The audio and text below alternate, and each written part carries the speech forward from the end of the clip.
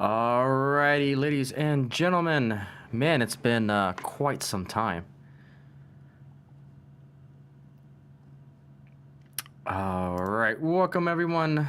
Hope everyone's having a good time here.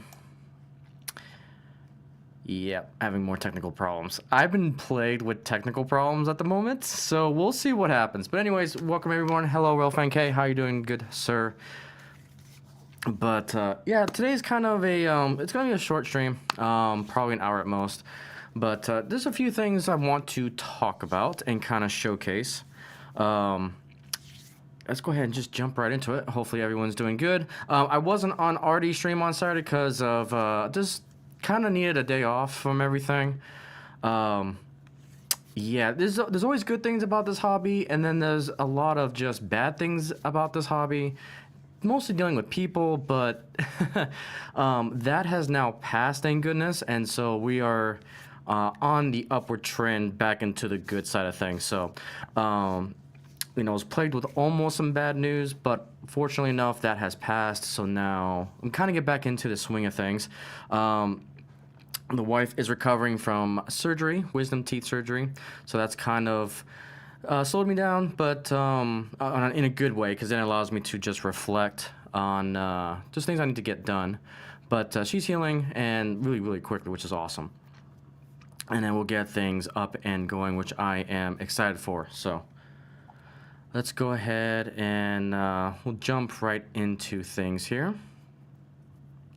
So, welcome everyone to the channel. I'm your host, the Icey Railway VR, and let's go ahead and talk about a few things. So, welcome to A State of Ice. This is basically my kind of update on where the channel is going, kind of what we're doing, what's happening behind the scenes. And I used to do this kind of on a monthly basis with some of my other channels, like with the state of manga, the state of collecting, and so forth. I keep forgetting to do it on this channel. Just kind of a refresher. I kind of do it at the end of each month, but I figure we haven't done one in a while, and so I'll just give you guys kind of an update where things are at. A lot is happening between last stream and this stream, and so I kind of want to talk about a few of those things. So I did get 2 new cameras in. Well, it's not really in, it's more of set up, but I hit a technical snag that won't allow me to, well, kind of 2 things. So I had my overhead cam. I'll kind of show you guys kind of the room arrangement that we got going on here. Okay, so let's bring up the big camera here. So as you can see, a few things are missing, and some things have been added. So over the last 2 weeks, I've been thinking about how can we change things up? How can I be more efficient when it comes to production? And one of the things I finally decided was over here to my left, I used to have my workbench and I had a huge tower of the supplies. I have decided to actually move that to an entirely different room for a couple reasons. The first main reason was that I was getting tired of going underneath this ghetto bridge over here to my right to come in and actually do work. It was starting to take its toll a little bit, and it just got to the point where the cats were starting to be bothersome a little bit too, just walking all over the stuff that I've been gluing and drying and so forth. So I moved it behind a door, another office space, so that way I can kick the cats out. I'll have that space to my own. Additionally, which we'll get into in a second, is 3D printing. So I've got my 3D printer up and going, which I've printed a few things that I'm going to showcase today, so we can show kind of where we're going to go with this stuff, which I'm excited for. And kind of another reason is I kind of just want to clean up the layout and the area just in general. I kind of just want to put it off to a side, so things that I need on a day-to-day basis when I'm not live streaming, I just can get easy access to. And so basically a lot of this stuff around me is just going to get pushed aside away from me having to go underneath the bridge. And so that's kind of what I want to do going forward. And then eventually I want to add the skirts, because I just had an urge to just better the presentation a little bit of the layout. So I'm just trying to get as much clutter away as I can. Now I'm not going to obviously get rid of everything, just because there's so much wiring and stuff that goes into this chaos of a presentation. But I kind of wanted to clean it up a bit. It was bothering me in a way, and so kind of did that. So I guess this is not the right camera, but yeah, so that whole tower is gone. That's in a completely different room now that I can focus on just building and listening to music and just relaxing. Because with me fixing trains, building kits, painting kits, all that type of stuff, I need to listen to music when doing that. And so typically I probably won't live stream it. If anything, I'll do it as a quick time lapse video. But again, I'm still trying to figure out how to do the production that I want with it. So that's always kind of a tricky bit to figure out is, we're essentially a production studio. And so, I'm just one person. And then my wife definitely helps me out from time to time, which is greatly appreciated. But at the end of the day, it's basically the two of us trying to do a whole production studio. So I'm trying to figure out how to set up my production, how to set up the presentation, how to set up scripts, which I'm starting to do here pretty soon. And so there's just a lot of little things I'm trying to figure out as we progress forward into this chaotic thing that we call the mythical railroad. So yeah, just a lot of behind the scenes things that I'm trying to troubleshoot. And as you can notice as well, since my tower of parts here is now gone, that's where two of my cameras used to be. I've actually got them now on the layout proper, and I'll actually do another video on how I got that set up. But you can see the two kind of on layout now, and you'll see those shots here as well. So I'll go ahead and just bring those up. So the first shot we got here is this one coming off of Wilding 3 from the Wave modular. So now a little bit more up close and personal shot here versus being far away. And another good thing about this too is that with my tower being gone, that whole side of the layout is now lit up. So now we can get more details and we won't have that shadowy effect that was being cast upon as a result of that tower being there, the tower storage of parts. Because I just decided to completely get rid of it. And then here is the other view as well. So this is what all of the corners will eventually look like. This is Wilding 1 essentially. It's all done, it is scenic, and that's what the other modulars will eventually look like. So kind of overlooking the sticker wall along with the kind of posters there of some of the just memorabilia stuff when it comes to rail fanning and so forth. So those are the two new views that we have set up when it comes to those cameras. And then I will bring up this guy over here because there's a few more changes that I've made. So you can see kind of in the corner there right above the MKD red tanker cars, I kind of have this long beam support here. Now basically what that is a green screen holder that I've modified to be a camera mount. And so I basically have a clamp system that I can put wherever cameras I need to put on there, so that way I can get the angle that I want. And that was going to be my new basically highway overpass rail fanning shot, and you can see the camera is all set up ready to go. However, my two captured cars, I have 3 captured cars in total. 2 of them came from Amazon. One is a hodgepodge, is what I called it. And that one's like 12 years old. The other ones are fairly new. But my USB 3.0 and the HD 4.0 capture cards or 4K capture cards have bit the dust. They are not cooperating with me. I've tried everything in the book to make them work. And, sometimes newer is not necessarily better. So I can't get you guys that view today, unfortunately. It is what it is, so we'll just continue on. But yeah, unfortunately, that view is not happening today. I still got to kind of figure things out when it comes to it, but eventually I'll have 2 cameras on that support, so that way we can get you guys what I call the highway rail fanning shot. So that way you can see the train going underneath you from both directions, both forward and ongoing. So yeah, but unfortunately that view is not going to happen today, but that's what's kind of up and coming. So kind of one view that I do want to try to showcase today, and I'm going to work on it real quick, is I talked about potentially having a drone camera. And let me show you what I have. I just need okay, so we've got our bench here that used to be the workbench area. But I do have a small little entry-level drone here. So it was cheap. It was just something to get me started. But it does have a camera, And it just, again, when I do these kind of newer technologies, my kind of method to my madness is just start with the cheapest, get entry level, get familiar with the mechanics, and then once I'm comfortable, then eventually save up to go to the next level. So fairly simple design. The camera, I've got to move manually to the spot that I want it. And yeah, so it's fairly simple. Now, the issue with this that I have run into is that it comes with 2 batteries, but I didn't realize that the battery life was almost 10 minutes. So it's basically enough charge to get me up in the air, go around with the video, and then land it. So not ideal, but for now it's okay. And one thing I've actually noticed is that, again, because it's a very cheap entry-level drone, it doesn't have auto hover, which means that you're at the mercy of my piloting skills, which ironically enough, with me being a dragon, I can't pilot this thing to save my life. So for those who get a little bit air sickness, bear with me on this. I'm going to try to fly it, but for now, I'm going to go ahead and power it up. I'm going to attempt to see if I can get this synced up again, because trying to sync this up is also a giant nightmare, because it actually has to go through my phone for the audio. And let's see here. See if I can get this to cooperate here. Alright. Alright, so should be connected in theory.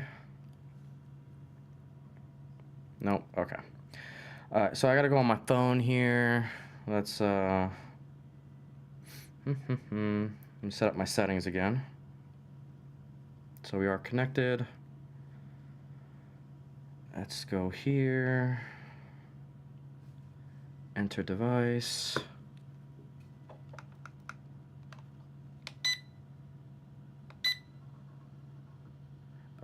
Don't tell me my battery's almost dead here too. We'll get it to work. Just a little bit finicky. Come on. You can do it. I know you can. Right, let me attempt to reselect it.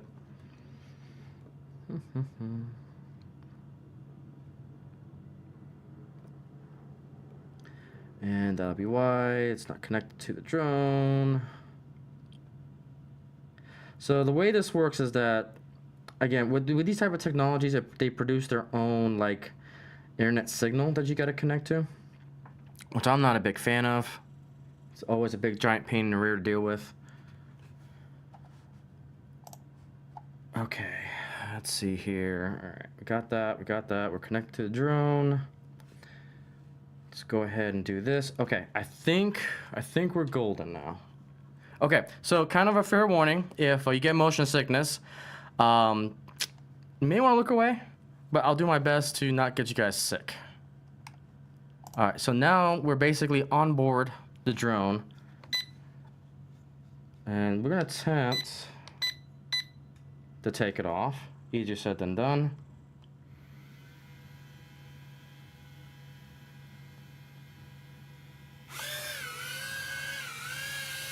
All right. And of course I crash it, because I think my controller was not hooked up to it correctly. Okay. All right. I'm gonna attempt to sync it again.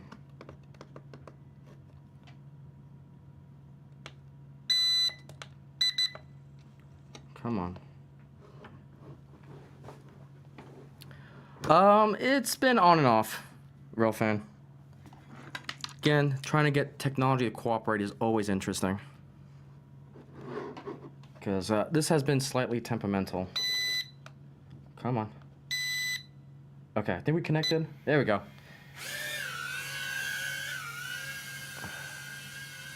All right, so we got it flying. You guys can see me. So the idea is to get kind of like a helicopter shot. But the thing is that I'm not great when it comes to flying yet.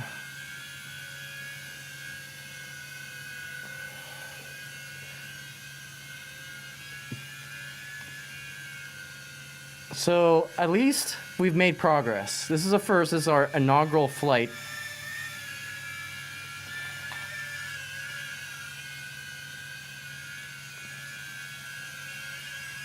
And like I said, the time is not that great.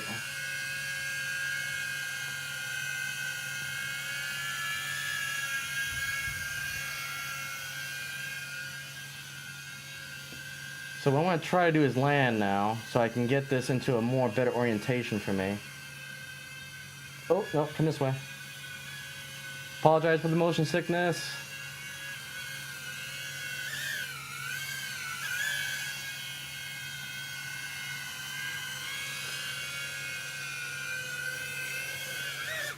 Okay. I gotta remember to point it in the same direction, so that way things can work a little bit better.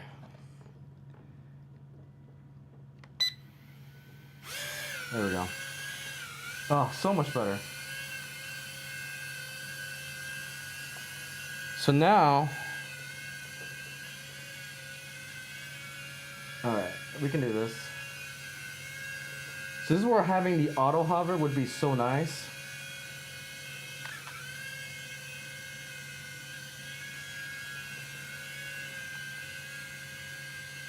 So you can imagine me trying to drive a train and try to fly this thing while still looking at the chat. It's quite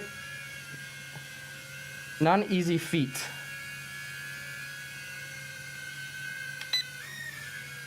Whoa, no. Sorry. There's a spinning feature on this to help me get... So here's the problem about this drone too.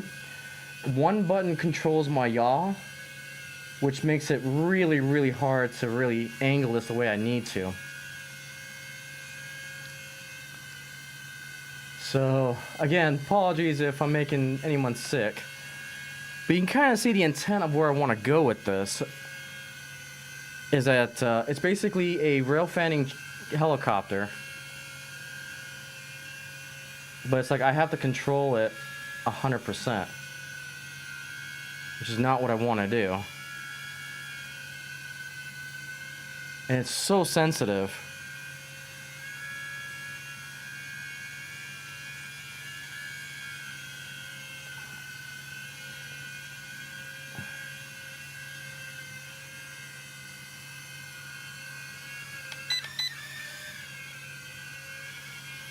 So yeah, I still have a lot of practice to do on this.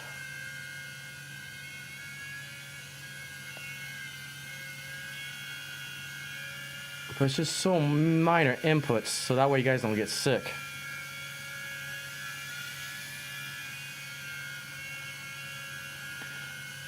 But the fact is, we can do it. We can live stream from a drone, and that's the proof of concept that I wanted to experiment with. And so this is the first time, again, we're making history on the channel. We can live stream from a drone.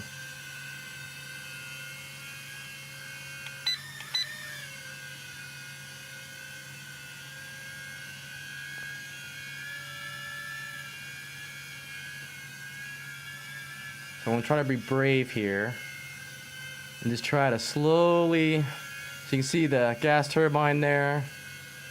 Oh, not too close. Again, so slight inputs on this thing.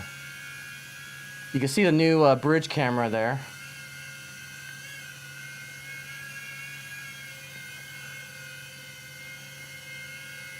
So I think this is the best I've done so far piloting this thing. It's just so fine control. It's kind of crazy.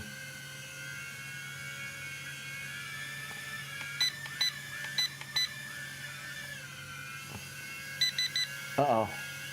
We gotta land it.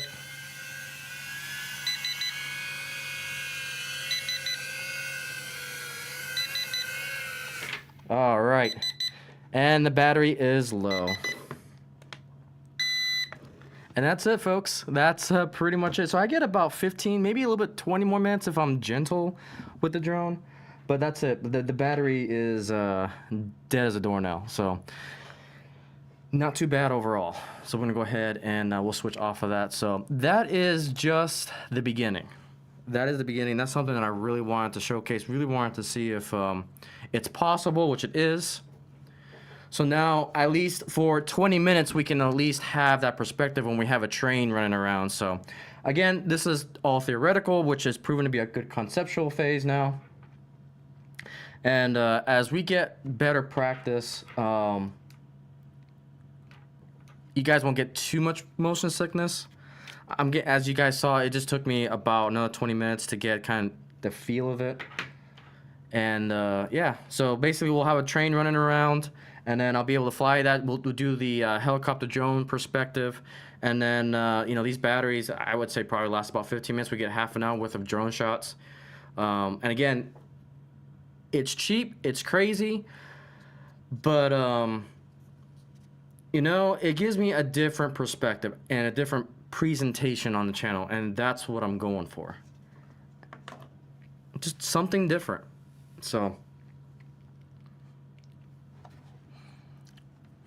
hey Quasimodo, how's it going? We just landed our brand new camera drone. I don't have a charger here. Unfortunately, it's in the other room. So, yeah, we just flew our drone perspective. And I love this thing. Like, there's just something about entry-level technology that once you get the hang of it and go into the bigger scale, you appreciate where you started from. And so I like this little thing. It works. So we'll go ahead and pack this up here.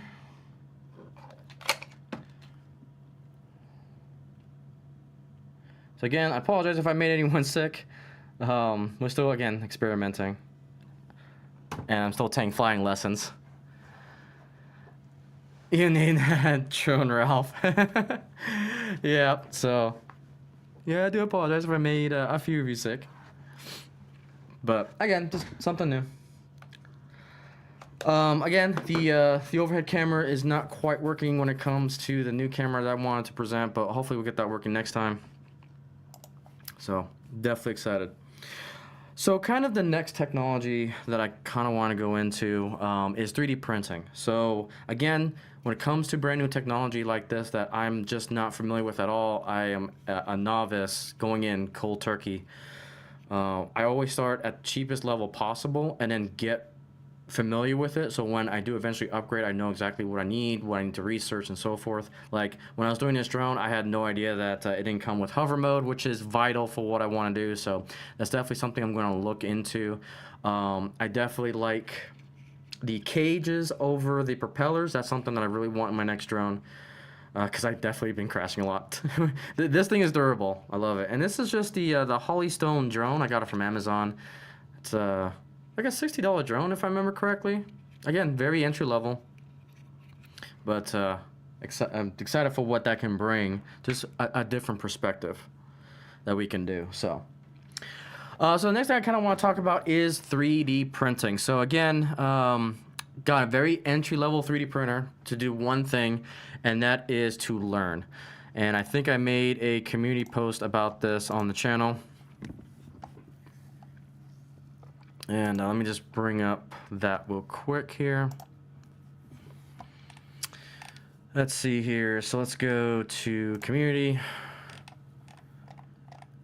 Yeah, so it was this guy right here.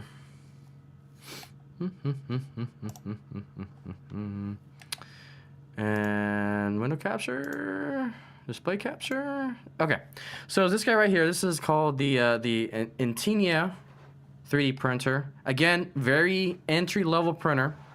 I can't remember how much I got it for. But, at first I was skeptical if this was actually going to work the way I wanted to.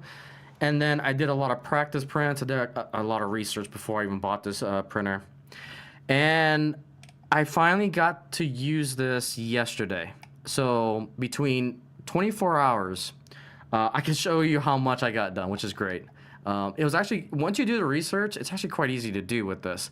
And then what gets a little more complicated is when you're going from like Thingiverse and then having to go to a CAD program, converting that CAD into a Gmod, I think is the name of the file, and then printing that out. And so I can show you guys exactly what I've been up to. So let's go ahead and we'll take it back over to the showcase camera here. So I'll show you the very first thing that I printed. I was kind of playing with it here. Okay, so the very first thing I printed was this little ring. So it's like a little cat ring thing. So basically this antenna comes with a, come on, focus here. Yeah, it's not wanting to focus. It basically came with a micro SD card, and it had these it had like 10 designs that you can automatically just put it into a 3D printer and start printing it. And so I print all of them out just to get some experience. So we got this cat ring. Now this one didn't come out well because it was my very first print, and then it finally came out nice and smooth. Again, my 3D camera just does not want to cooperate. Maybe this is too much light. Let's do this. Yeah, this is too much light. That's fine. So anyways, there's that. And so I decided, it's like, you know what? Let's go ahead and start getting a little bit more complicated. So now we 3D printed this little cube thing. You know what? I may just go to the other camera because it's just better. Okay. Yeah, that's just going to be better. Okay, so we got this little cube thing. So this is basically the test print. And it's pretty solid. This is PLA. So got that done. I was like, okay, let's start printing everything. Let's start going ham. So the next thing is called the gear hearts. So this is the next thing that I 3D printed. So pretty complex design. The gears don't move or anything. It's just, again, something to practice. And then knowing me, it's like, okay, let me go to the longest print and start practicing overnight prints. So I think this one was like a 4-hour print, the longest on the drive. And it's the cutest thing ever. It's like this little moose thing. And like the head moves. The feet move. Now, all of these prints I did have the raft when printing. Basically, it has like a little lake thing that it prints out the PLA. So that way it stabilizes the figurine that you print, or the thing that you're printing out. So all of these did have rafts. I did finally figure out how to get rid of the rafts because there was some more complicated prints that I'm starting now that doesn't need them. In fact, it's going to mess it up if I have it. So yeah, it's like a little deer thing. And I figure put a little hook on it. It'd be like a little Christmas ornament. It was pretty cool. Let's see here. As a matter of fact, I can show you what that... oh, thank you, real fan. Appreciate that. So basically, this is the butterfly. Now, this is supposed to be an articulate butterfly. The problem is, because I printed out the raft, you can see kind of the outline of it that it has. I can't separate the butterfly from the raft. And so I just left it as is because I was already breaking the little bits that made it articulate. So that's the butterfly there. And then the next print was this little Chinese cat. It was pretty cool.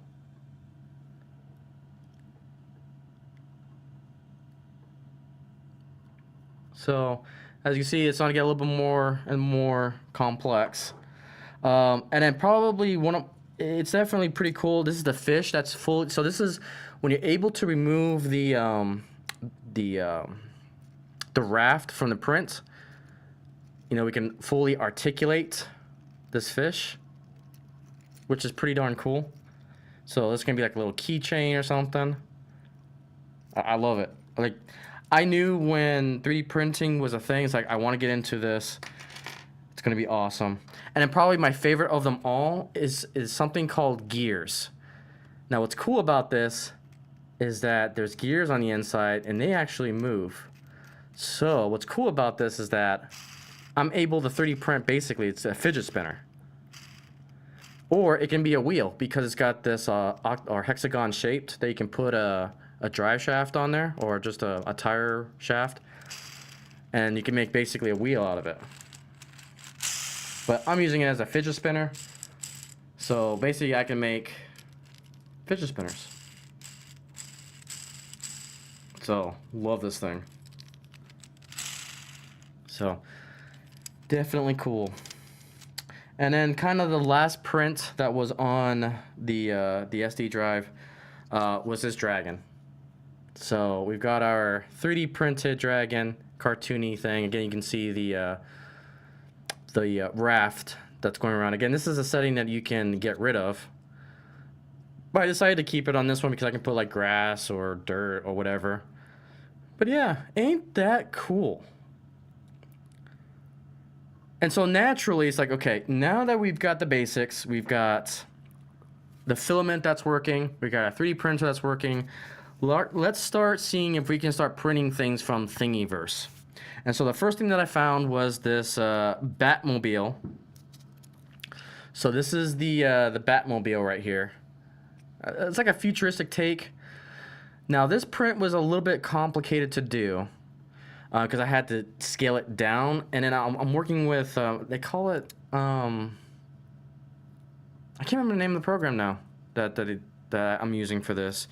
But as you can see, it had problems because it was printing in ways that it wasn't supposed to be printing. And there's a lot of filament that just went missing. You kind of see there. You can definitely see it from that perspective, the underside there. So I tried to make an HO scale, basically Batmobile. And you can see this is an HO scale NASCAR.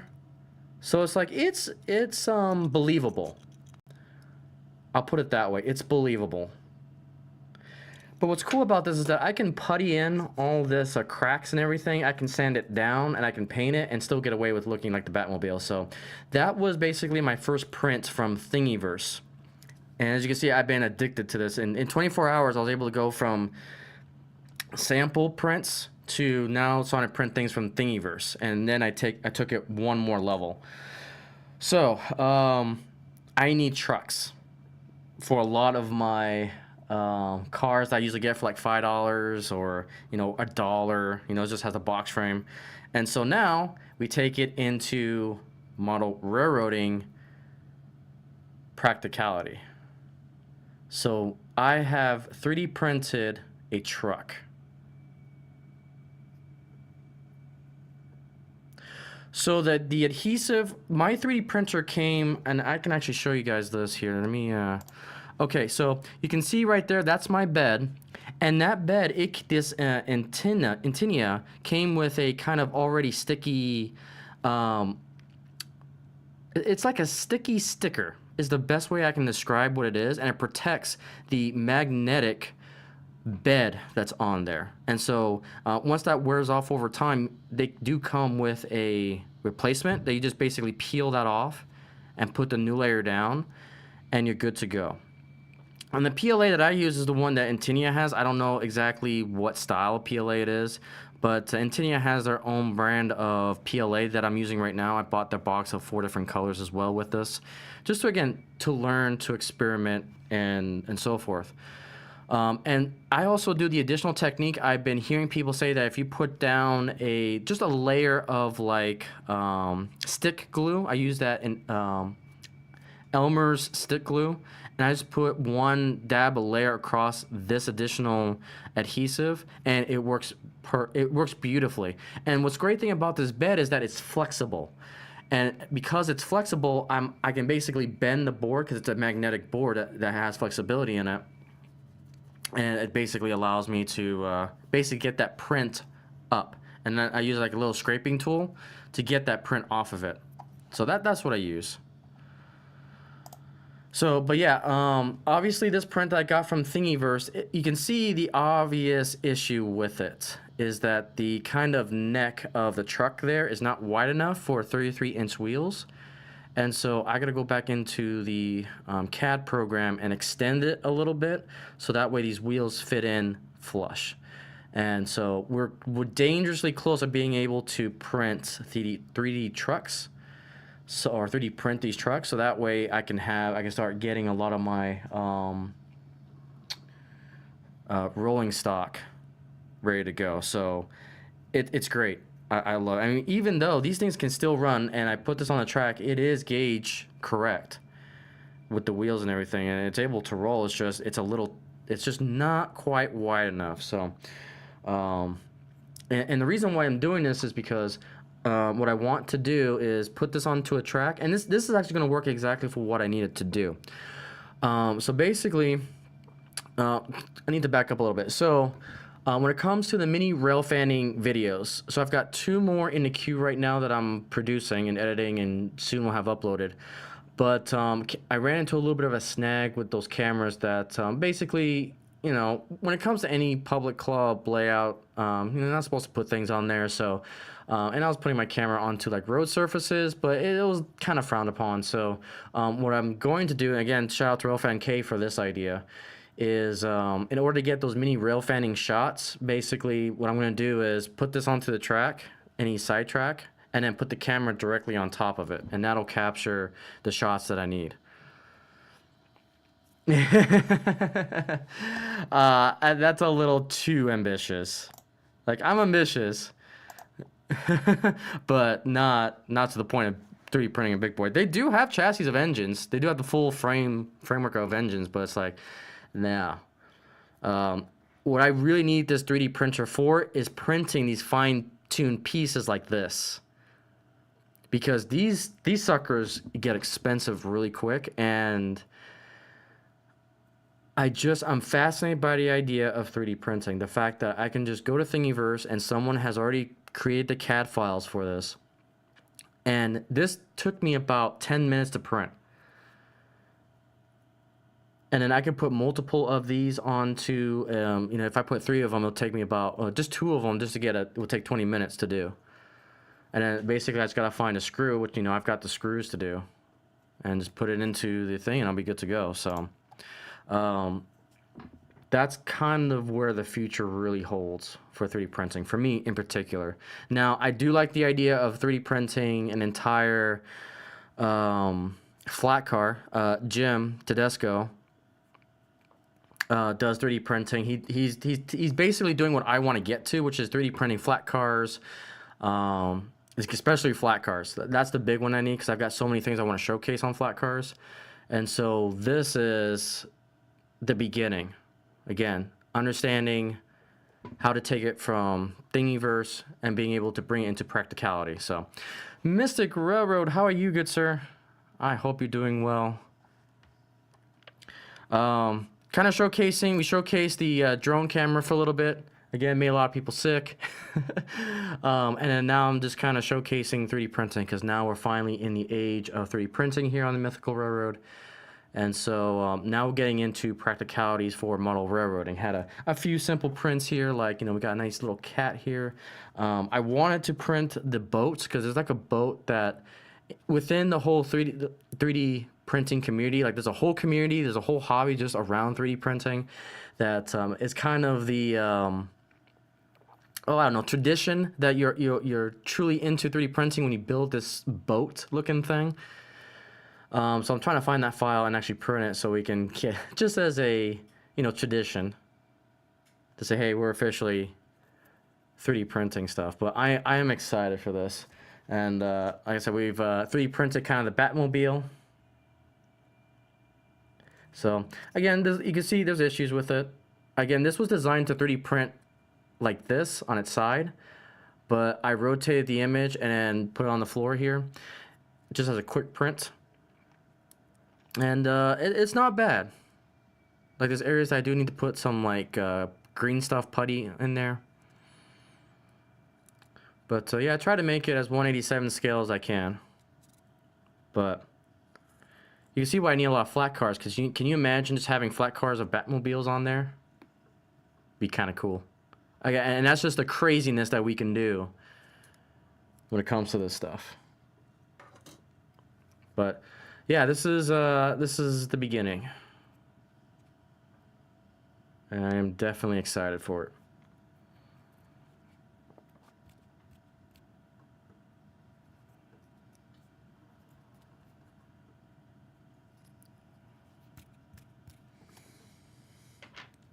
So yeah, that's kind of where we're at with everything. As far as the channel itself, again, I do want to talk about kind of where we're at and where we're going. Again, thank you guys so much. We are so freaking close to 1,500 subscribers. Unbelievable. Like, this past month, like, everyone decided, oh, I want to watch train videos. And it just kind of exploded. I think it's because of that big boy pushing the stalled truck or train or whatever. I saw a huge spike. Like, it was crazy, the spike that happened within the last month. Just model railroading in general, trains, model railroading. Like, it was definitely part of the YouTube algorithm. 4014 definitely helped a lot, and it's been crazy. Like, thank you all new subscribers who are watching the video again. Thank you guys so much. Like I said, this is only the beginning. We're gonna see where we can take things. Except from 3D printing, which I'm excited for, to the recent, drone shots now that we just did on the stream today. I'm leaving no technology unturned when it comes to presentation. So I am definitely excited.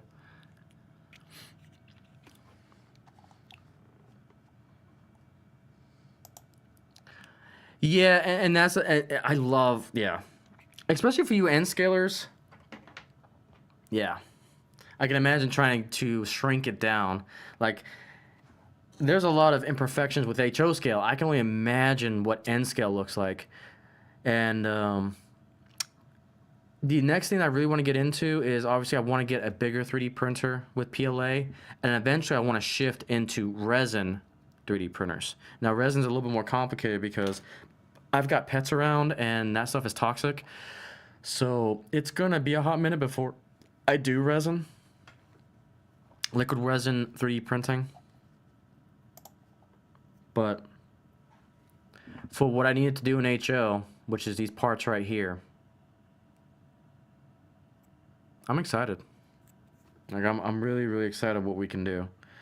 And I'm getting really, really, really addicted to this 3D printing stuff. Hello, Boxcar, the Husky, welcome. Just chilling. Talking about channel updates. Like I said at the beginning of the stream, we did some footage from the camera drone here.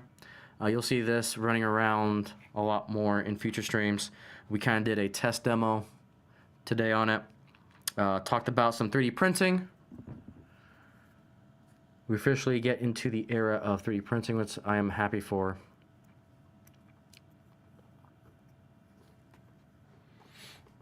Nice. And see, and that's the thing, like, people like you and me, regardless of age group, we can manufacture, we can start producing, and that, I am excited for what I can do. Like, really, my skill and my imagination is now my limit, because, I can go into any CAD program and build anything that I want to, design anything that I want to, and make it come to life. Like, and I'm just the average Joe Schmo doing this. If I remember correctly, I think my 3D printer was on sale, I think $160 if I remember correctly. Again, I got it through Amazon. Basically, I did like a month's worth of research to figure out what's a good, cheap, entry-level 3D printer. And I eventually went with this guy. Let's clear that real quick. So this is the Intinia 2 model that I went with. Again, I posted this on my community page here. So finally started to work on it, and it's really good. Like, for me, just being a basic beginner, yeah, it wasn't bad. Again, very small prints, but again, the whole purpose, like I said, behind this was to learn and to print out parts that I need for model railroading. The big piece of it being trucks. I need a lot of trucks. I found a lot of long shaft couplers. Like, there's a design for that I'm going to be experimenting with. HO cars is definitely going to be a big piece of this. So, like, I experimented with this Batmobile here. So, there's a lot to come on that front that I'm kind of excited for. And obviously, with the cameras, we got a lot more cameras. I got to figure out my capture card system a little bit, because capture cards are crapping out on me. My old 12-year-old capture card is still holding strong. But yeah, I'm excited. I can't get enough of this thing. Like, a 3D printed, basically, fidget spinner. That is Really freaking cool. So, as soon as I'm done with the stream, I'm going to go back and find me some more prints to print off. Basically, I'm going to see if I can find a better truck design. I'll modify this one. I mean, it's just so cool. Like, this is 3D printed, and it's articulating. Yeah, and that's exactly my... That's exactly it. Like, what would you say there? Being able to do detailed parts, that's the goal for right now. And like, there's a part on older, I believe, Taiko cabooses that requires a special like cover for it, for the couplers to go in.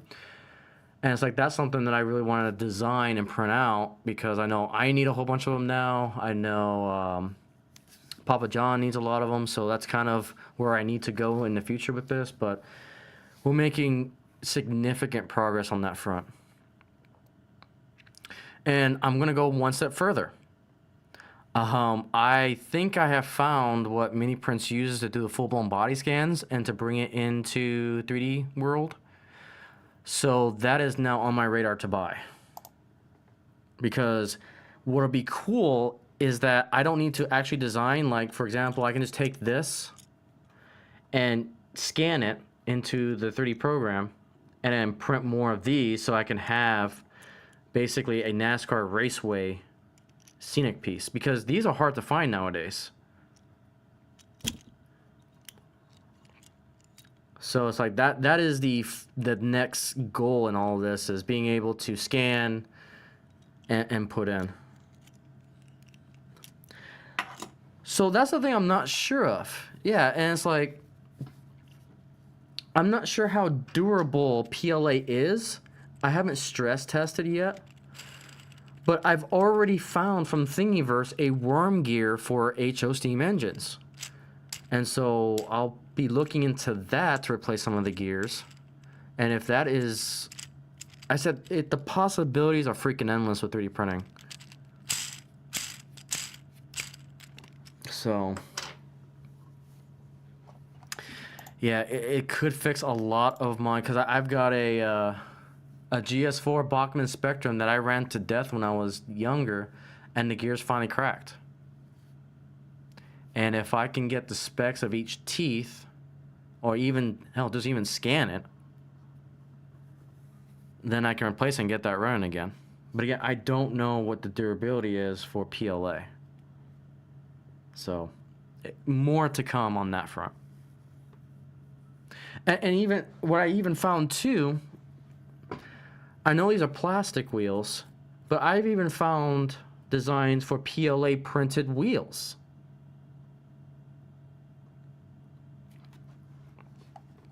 Absolutely, Mystic. I lurk in his channel. When he live streams, I'm typically watching his stream when I go to the Samurai layout, because I do all of my shorts and all of my videos. I record Thursday night as well as afternoon on Sunday. So I tend to miss John's live. Am I getting the two mixed up? I think I'm getting the two mixed up. Hold on. That is how he spells his last name, right? Hang on. I think I'm getting my people mixed up. Let me just make sure.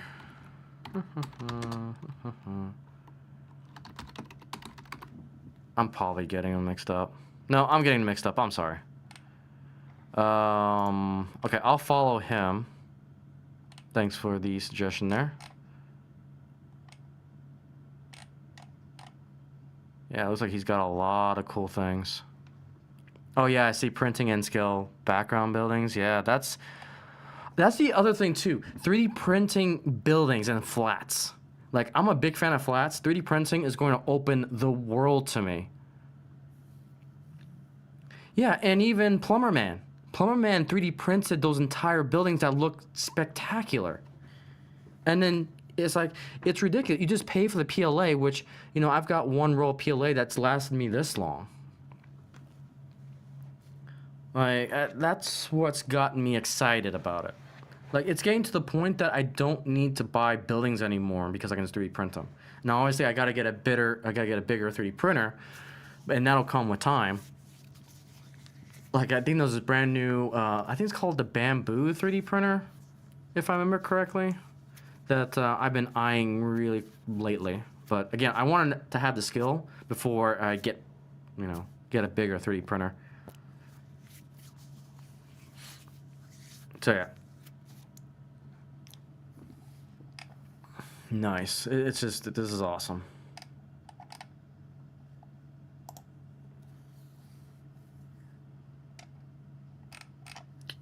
And then I'm starting to find, I got a package in the mail that I'll do another Icey mail calls happening on next Wednesday. I think I pushed that to next Wednesday. But the stuff in there I can use it to 3D print as well. I kind of don't want to spoil it, but it's just the possibilities are freaking endless. It really is. All right, I say we'll get the quick train kind of running around the track here, and then we'll call it a stream. But yeah, that's I'm loving everything about this hobby. It's getting me excited again. Like, that 3D printer has brought things to a whole new level for me.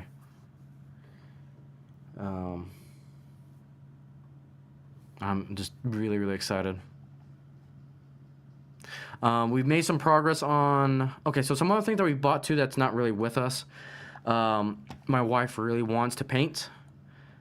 Not only that, she wants to learn how to airbrush. And so that was kind of, as we mentioned on the N-Scale T-Trek modulars, one thing that we needed was an airbrush. And so we were able to get an airbrush, an entry-level airbrush with a air compressor. We got it from Harbor Freight. Really good deal on those things too. And then we bought kind of a vent to vent all the fumes and everything, like a vent box thing that you see a lot of the other YouTubers use. Yeah, absolutely. Yeah, it's just this is huge for me. This is huge, and I needed it too because I really had a bad week last week when it comes to model railroading. I'm not going to get into the details, but there's people out there in this hobby, unfortunately, that want to keep the hobby a certain way and are not really pro into change when it comes to hobbies, especially with, when it comes to like simple 3D printing and stuff here on YouTube. To those people, please get out of the hobby because you guys will ruin it for everyone else. But there's still a lot of good people in the hobby. And so the fact that the drone came in after that, I started 3D printing. It got me rejuvenated again. And as you said, it missed it perfectly there, inspired. So I was excited to stream today. And again, I was doing a lot of things behind the scenes, like all of my workbench stuff has now moved to another room. I'm trying to clean up this layout a little bit to get it presented a little bit better. I'm planning on doing skirts for these modulars here soon as well. So there's just a lot coming up that I'm excited for. I've finally decided how I'm going to do some mega projects coming up. That's going to be fully scripted, fully videographed, which I'm excited for. So there's a lot of cool things coming up. But it's like, in order to get to that step, I had to clean up a lot of things and get a few more parts and everything. To include, like I said, N-Scale. So we bought a airbrush. And so now we got to kind of get the workspace set up for that. And we start painting the T-Trek modulars, and then we can start getting the other modulars built and put together. So N-Scale is coming along nicely, including the third and probably final scale that we'll get into for now as on the channel. And so I think we'll go ahead and announce it because we're actually really close to getting that layout set up. My wife and I were debating how to do it, and this is basically going to be my wife's hobby because she's big into it. And you guys have seen a lot of hints on this channel already on what that third scale is. You see it in my intro. You see it, I'm trying to think. You see it in a couple other spots as well. A lot of my photos that I take have hints as well. I don't know if anyone of you guys noticed it, but officially starting today, we'll be getting into L gauge. which is Lego scale.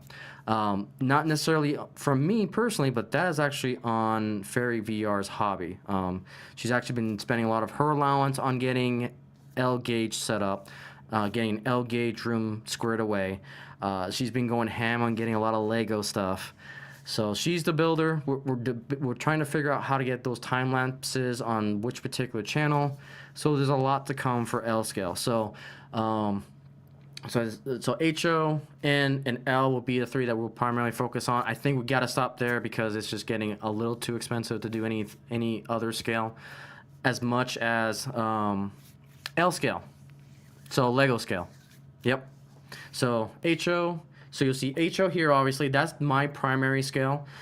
N scale is being shared between her and I because she likes that smaller scale, especially when it comes to the Tokyo trains. She's a fan of the bullet trains, and I'm a big fan of the T-Trek modulars and Kato for N scale. So that's kind of a dual scale that we're doing. L scale is all her. As a matter of fact, we found the L gauge kind of standards because you can build these into modulars as well. 145, okay. So yeah, we're getting into L scale. That's kind of been a huge project behind the scenes because we had to like clean out another room for it. My old, and Mr. You'll remember this, my old Mystical Lands modulars, though the two big ones are getting converted into L scale. So she's already bought all of like the Lego, what's it called?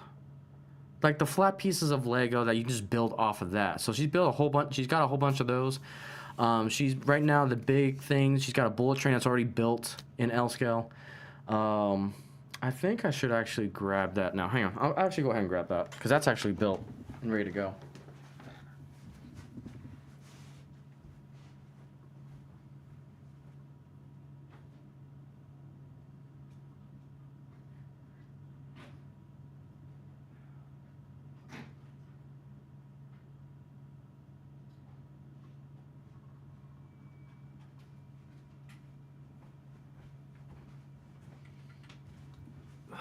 All right. So again, this is all her stuff. She really wanted to get into it because she loves Legos, and so basically, yeah, exactly. So yeah, this is the L scale. There's different standards for the track gauge itself, but most accepted that you see like at train shows are the standard ones from Lego. So you basically have this bullet train here. And what's cool about these is that Lego scale is already in the future when it comes to command and control because they got motors in here that are already Bluetooth and you can control them from your phone and from your app. Lego has their own app and everything to control these trains, so it is battery powered, so you do have to charge them or put new batteries in from time to time, but I was surprised just how far L scale is compared to some of the other hobbies. Like, if you want to see what the future is with command and control, this is it because it's technically dead rail. It's already dead rail, and it's already being controlled from Bluetooth. So I was quite surprised just how far along L scale is compared to the others. And then she made the obvious one, Hogwarts, in that scale as well. So it is tender driven, if I remember correctly. But she's got a lot of plans right now. She is working on making a Lord of the Rings kind of display, and that's why we came to the decision that we're going to go ahead and kind of announce it now. Because basically we got one table that's ready to go, and so she's going to build Rivendell, and then we'll have a train running around it so we can get full perspective on that. So that is going to be our third and final scale. So I don't want to do any more for the time being. Just because of time and space and all that. So, but yeah, so a little bit of variety. So, and that's the thing. We want to be the gateway into model railroading, and we always look at the future and where the hobby can go. And it's nothing against G scale, nothing against 7 1/4, nothing against Z scale.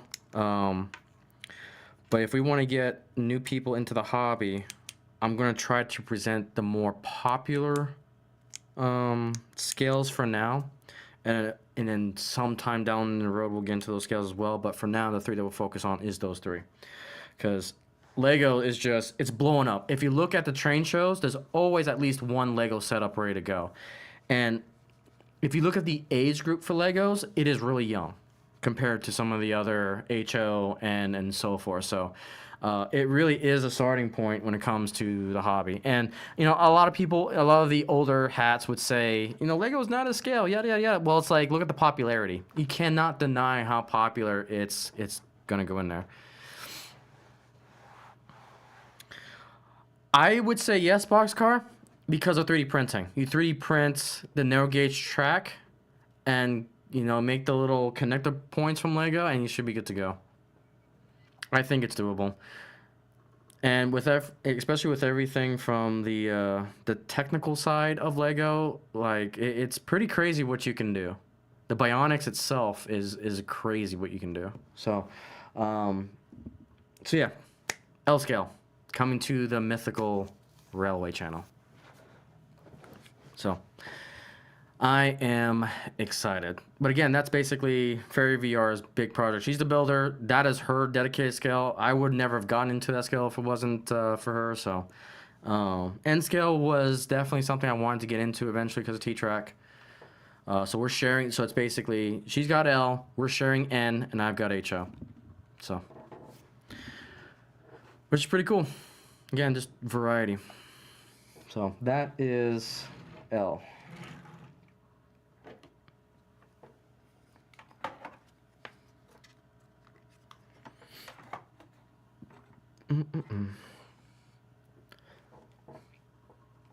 All right, let's get a train running around, and then we shall go from there.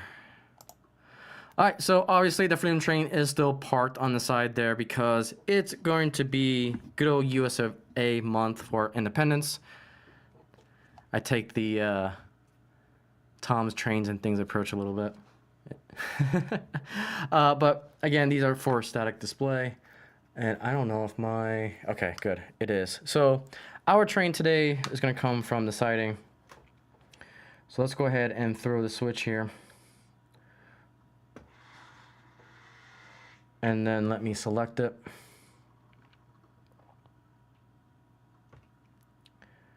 All right, come on. All right, so this is going to be 26...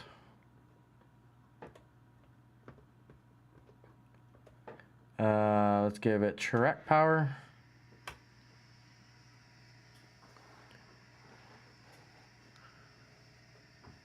Oh, absolutely, Mystic. Oh, I trust me, that's one of many reasons. And it's like N scale just has so much too, and it's like it's Coddle alone. So Coddle alone is awesome. Like, I've got all the track ready for all my T-Track. We just got to build the T-Track modulars, and we got the track, we got the wiring. As soon as those things are built and base painted, it's off to the races. But I want to take our time with it. Like with this HO kind of layout, I kind of rushed it, but I'm excited. I'm excited for T-Track in particular. I love the community of T-Track. Like, seeing a Godzilla on the layout for N scale just warms my heart because it's always that fantasy element that I've always respected.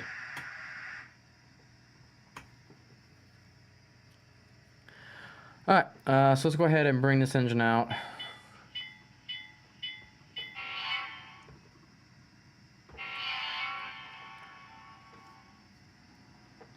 All right, so on showcase on the HO track today is none other than the Big Blow turbine.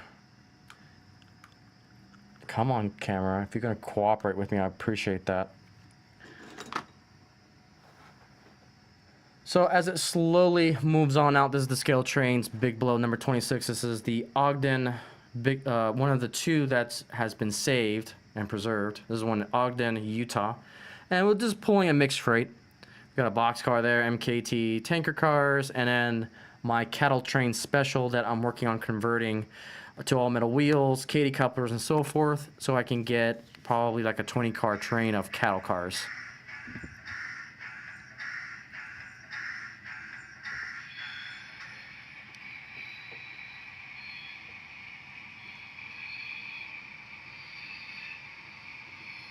Do I have a derailment? Alright.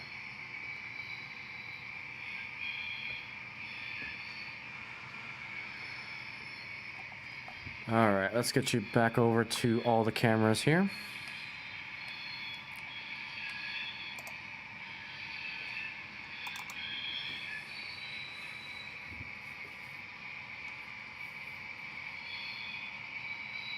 Come on. There we go. So now, again, we got 2 of the cameras have been put into a different spot. The camera in the top right-hand corner is now in a new spot, and then you can see the bottom left-hand camera is pointing towards the other corner down there. And we have our boy, Mr. Kiku. Come over here. I got a whole spot for you right there.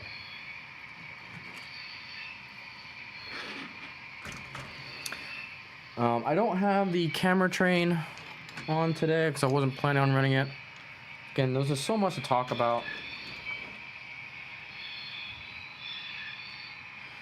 So another reason why I kind of got rid of my workbench here is I wanted space for the cats just so they can rest. And eventually, actually what I'll do is... Are you gonna... Okay, you're really gonna look... Okay. No.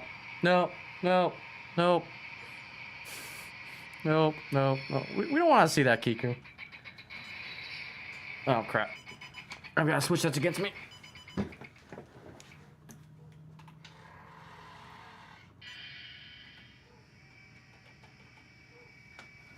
I forgot to set that switch. Didn't realize it was against me.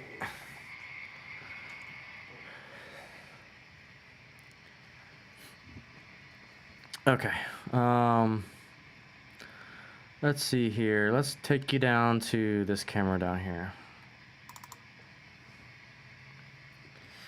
Alright, so there's our big blow.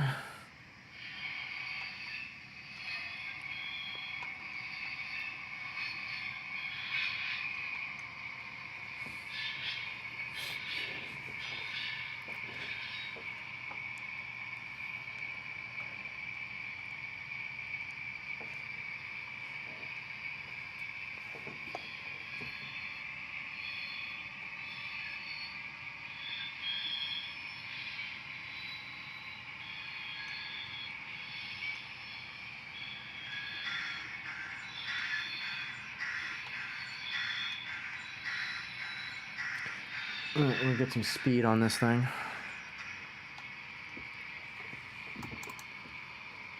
Alright, let's get you over.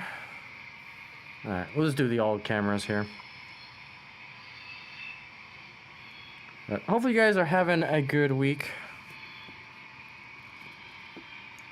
I'm slowly getting back into the rhythm of things. Again, I was taking care of the wifey. She had some wisdom teeth pulled, so I was taking care of her for the week. So that's what you kind of saw there, that you know, videos are a little bit, well, the shorts are coming along nicely. The mainstream videos is just taking me a little bit more time to get out.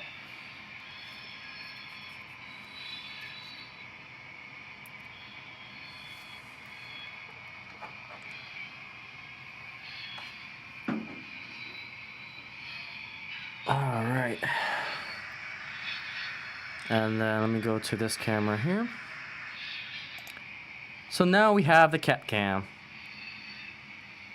Hey, Papa John, how are you, good sir? So there's our cat cam. This is the Kikumon, the boy, the boo. And my train just decided, my engine just said, you know what, I'm just not gonna pull this anymore.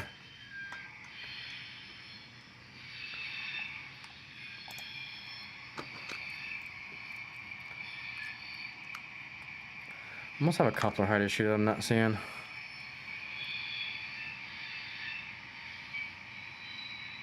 I appreciate that, Real Fan K. Yeah, we got 3 of them. You guys have seen, I think you've seen my puppy too. My puppy has been banned from coming upstairs. Because as of recently, she's been deciding to go to the bathroom upstairs. And I'm not a happy camper when I have to clean that up. So she's been banned from coming up here.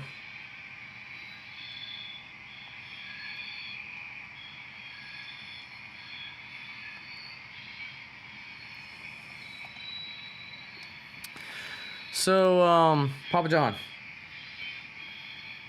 we are making progress on 3D printing. So, I gotta get a few trucks printed.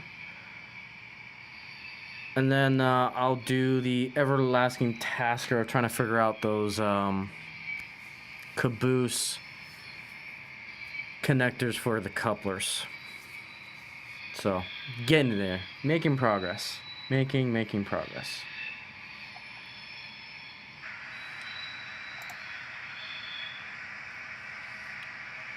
Alright, let's get this new camera angle down here.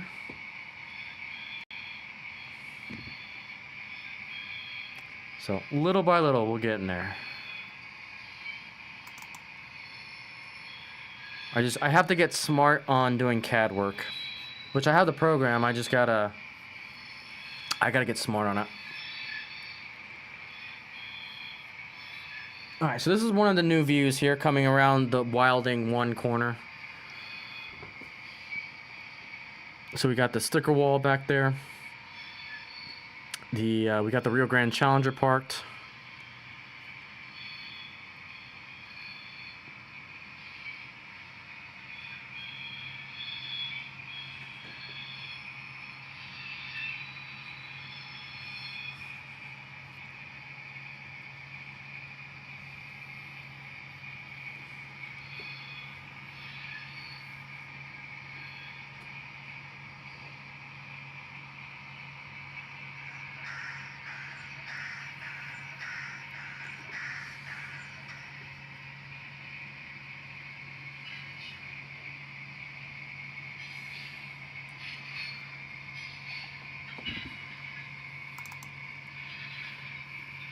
Alright, let's get you over to Harbor Point.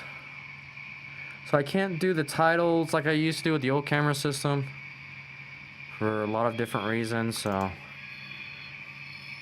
just do it manually here. So here's the Harbor Point. Again, this modular is eventually going to be replaced with Icy Mountain modular. If you guys haven't seen my AnyRail video on that, you should go check it out so you can see what that design is going to look like. And Phoenix Point will eventually get replaced with Mini Nightmare modular. Thank you, Mystic. They are the old school Bachmann, like 90s stock that I fixed up. Some of them have metal wheels, new couplers, and so forth.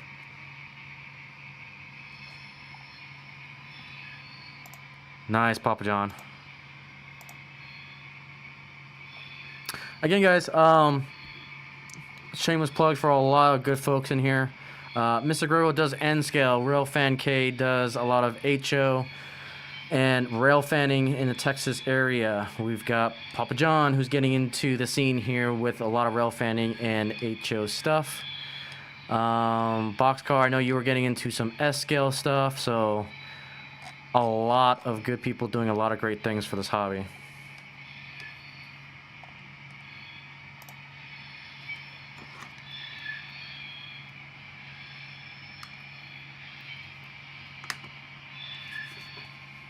Because nothing says America than the Freedom Train and the Big Boy. So I gotta see if this is gonna give me coupler issues again. Because if it is, then I'm gonna have to turn that boxcar around. Because it's definitely a coupler height issue. Nice. What's the railway? Or no, is it just what's the color scheme? Because if they're just Pullmans, it's probably not lettered, I would imagine. Yeah, so you went around just fine there. Nope, I spoke too soon. All right. Let me flip that boxcar around real quick here.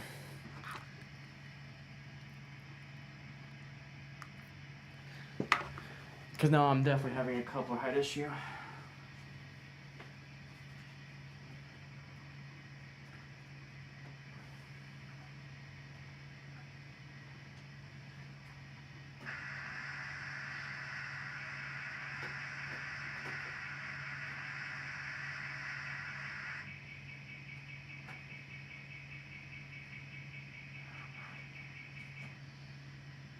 This is a very friction train.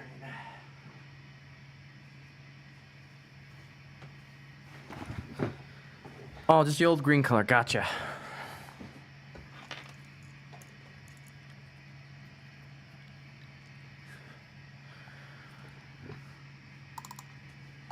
Okay.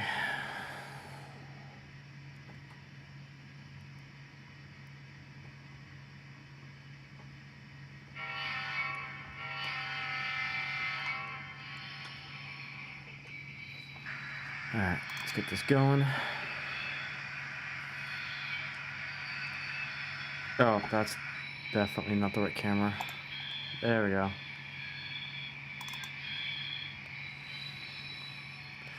Alright, let's get you on to the other new camera position here, which is this guy. Yeah, I'm glad I took that shelf out because it is so much more brighter. You can see the details a lot clearer. And it just gives you a different perspective.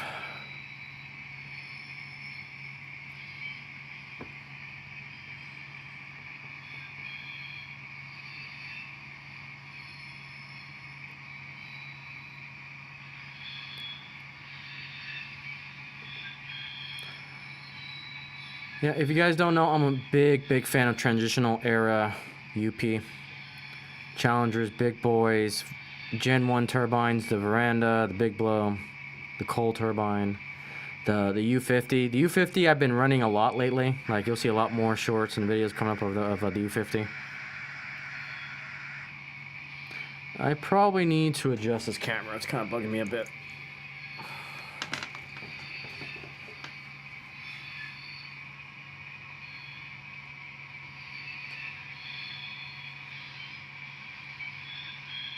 There we go. That's much better. I appreciate that, Mystic. So, Mystic, you've been here since kind of the revamp of this channel. Definitely come a long ways, huh? Seems like yesterday we were on the Mystic Lands 4 modular setup, and now it's all video. Seems like yesterday.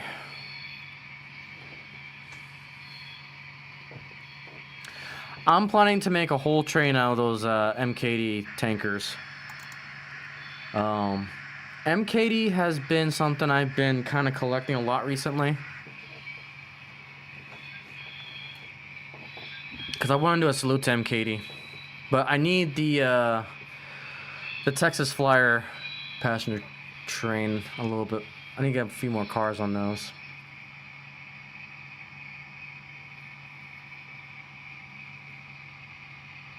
Okay, where is my... There it is. So yeah, the layout is slowly coming along. Eventually we'll get the second computer that we need in here. I've got plans to continue on the JMRA, block detection. I just gotta... Alright, take your time, Mystic.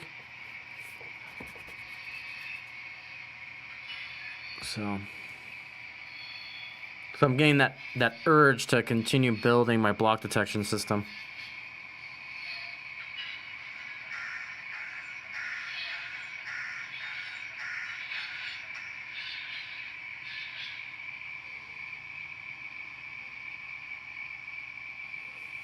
But again, guys, thank you guys so much for we're very close to the next big milestone for the channel, which is 1,500 subscribers. Crazy to think about that we're almost there. I think we're close to 50 subscribers away. You guys are awesome. Appreciate again hitting that subscribe button. I'm trying to make it worth your while.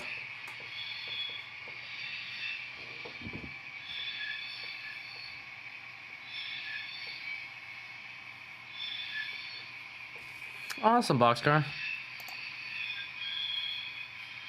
Never been used. Wow.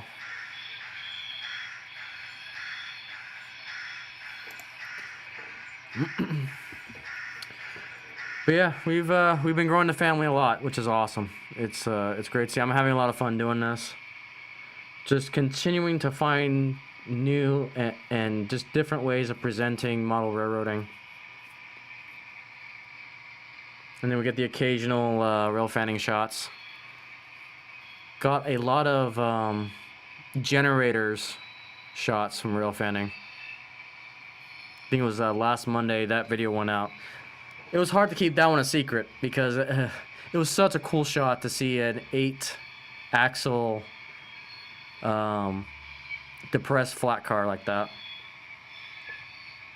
I think I'm missing the rest of my train again. Yeah. Okay, so we have a coupler issue on this boxcar. So I'm going to go ahead and put that into a work order. And I will deal with this car later.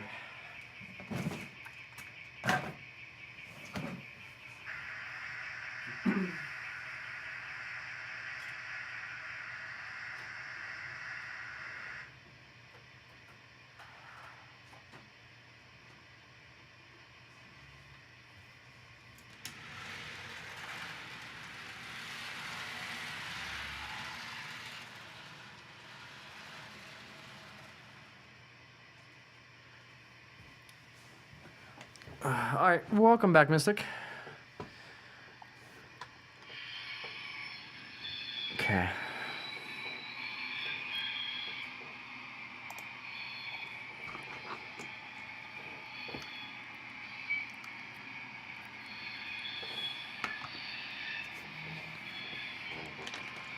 Alright, so I decided to put the Atlas God Bless America car on there. So again, hashtag America.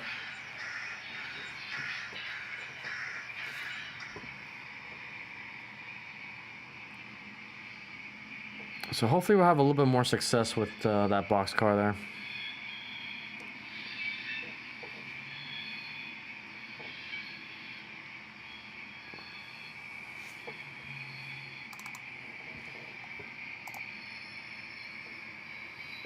There we go. Yeah, so you can definitely see the whole layout a lot better.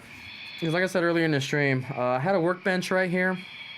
And I had a whole tower worth of parts for just fixing things. And originally, the thought behind that was I was going to live stream like working on tanks and so, or, you know, freight cars and, you know, all that stuff. And I decided, you know what, it's not, there's other people that do it better. And I have just had a lot of issues with it over here, especially having to duck underneath the ghetto bridge over there to my right all the time just to do simple work. And the pets were getting in the way. You know, I was bringing in that drone to capture aerial shots. And I just didn't want to run into it all the time. So there's just so many benefits to just moving that into a different office space. So that's what I've done. That's all moved away. So that way, you know, we can fly our drone that we did earlier today.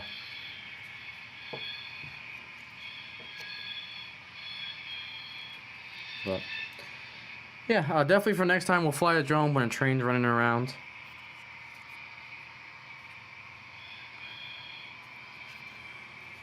But I am excited for the future. And we'll continue to capture this layout in truly different ways.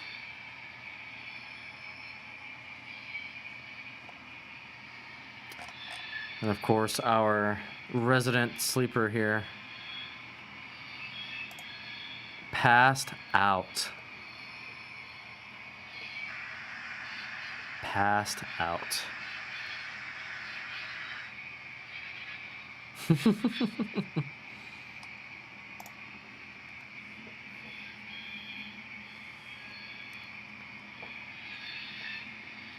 Hey, I love that. Community love right there. Because we benefit. We truly benefit from one another. And again, we benefit for the sake of keeping model railroading going.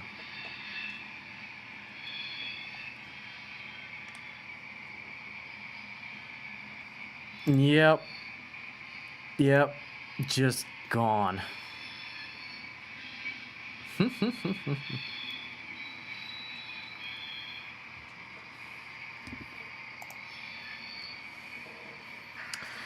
So yeah, there used to be a big tower of parts over here that I knocked down and moved to a side. And the big tower over here is gone. And now I kind of have my landing spot for the drone to continue to practice. I just gotta figure out a charging system. Like I can charge one when I'm using the other. A lot of little quirks to figure out. I gotta go to Amazon to see if there's any spare batteries that I can buy from Holy Stone. See if I can get some more batteries for this thing.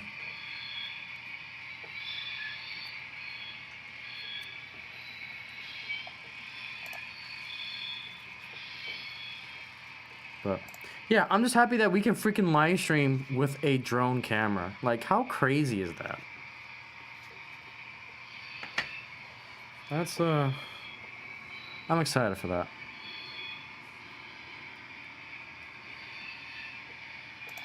Thank you, Pop John. And it's like I had this hankering to just clean up the layout a little bit, just clean out the space a little bit. Eventually, everything underneath the modulars will get put away to a different spot. I'll eventually have the skirts put up.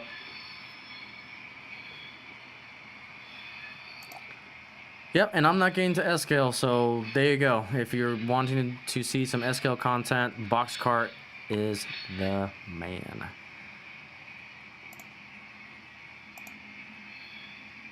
So you've been working on a new layout in the garage. Nice. Is it HO? I think you're going to say HO, if I remember correctly.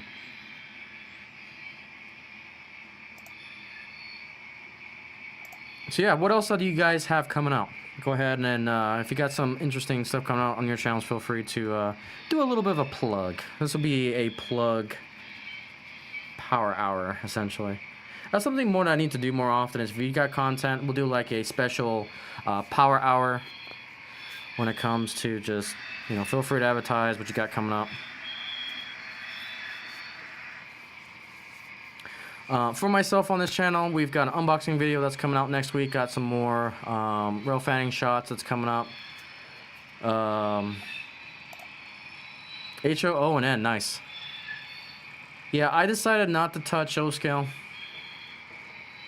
It was just... Yeah, I don't have special connection to O-Scale right now. And if you really want to do O-Scale, go follow Eric's Trains. Is a big O-Scale YouTuber that I watch. He's got an impressive layout. Highly, highly recommend. There you go. Railfan K's got Texas Valley Road there. And his own layout. Nice.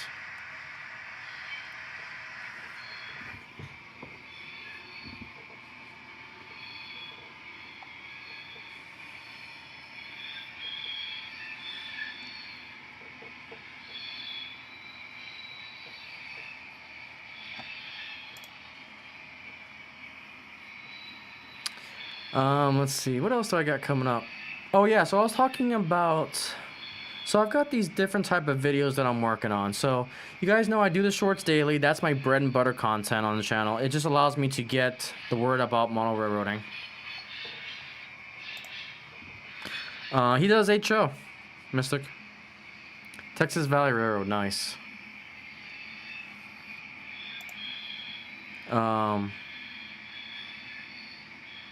So I've got these different projects. I've got the lifelong projects that I do, which is basically this railway, N scale and Lego scale. Those three layouts are going to be what I call lifetime projects, because it's always going to get changed. You can always tweak in certain ways. NYCO scale, nice.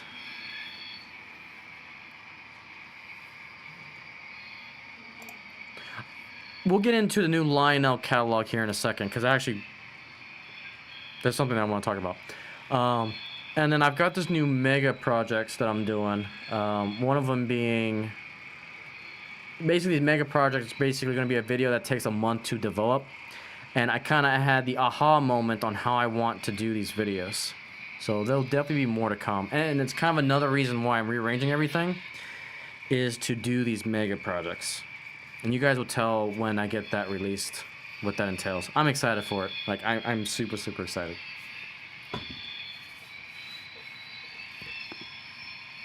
Like I said, I've got 2 more mini rail fanning videos in the pipes. I need to start working on another fun run episode as well from Samra compilation.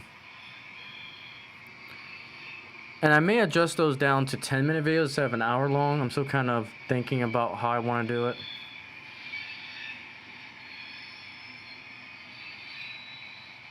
Like, it goes back to the age-old question: do you just do all in one super video, or do you chop it off into 10-minute videos each day? I'm not sure yet, because it really comes down to the style of the content creator. So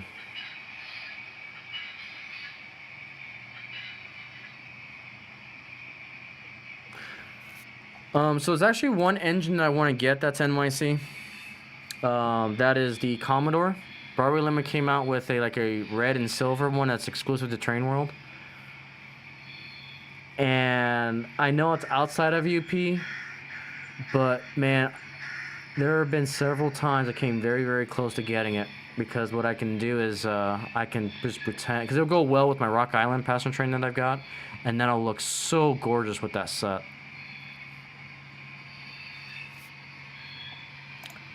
Oh, nice. GP7. Nice.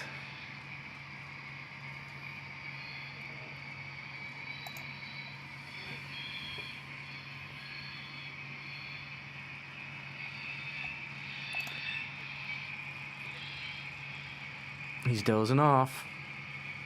The head is getting heavy.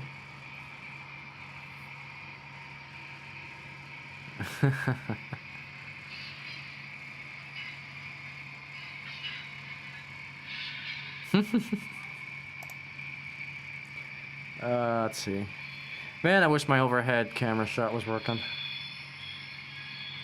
That's a real bummer. Let me see if, let me check something real quick.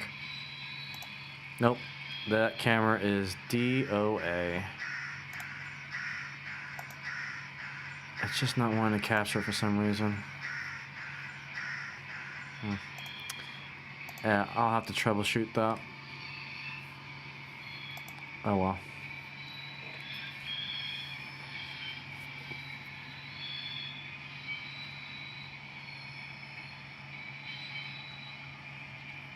Here comes our big blow turbine.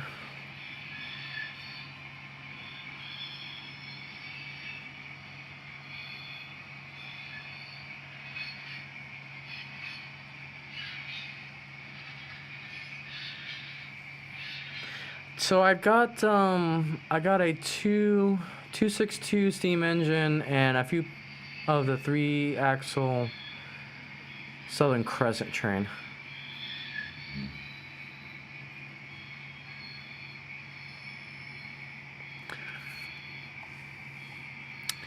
So we were talking about Lionel, and it's like you came up with another good point there, Papa John. Let me talk about this point real quick. So more than likely, now that my wife's surgery is Ferry VR's surgery is done, we will be going to the NMRA train show in next month. Wow, it's almost a month away already. Yeah, we're almost exactly 1 month away. Crazy to think about. So that'll be in Grapevine, Texas. Which reminds me, I gotta get stickers because I forgot to order some. So that's also on my to-do list, is grab more stickers. Hopefully they get here in time. I do. Those coaches are actually put away right now, but yeah, I do have a Southern Crescent. 4HO, but it's a DC steamer right now. I gotta convert it, but it's unfortunately a low priority for me. But yeah, it's just a one-off. It's a very, very one-off.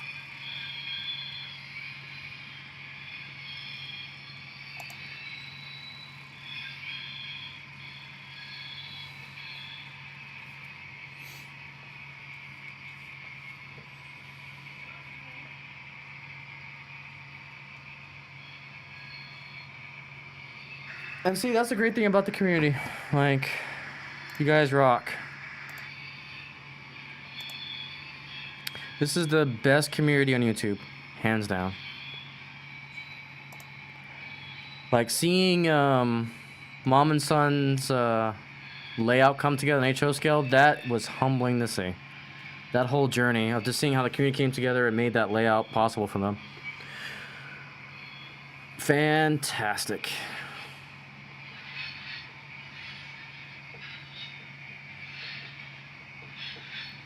Again, I appreciate you guys spending your time, your corner of the internet with me here on a Friday evening. You guys rock.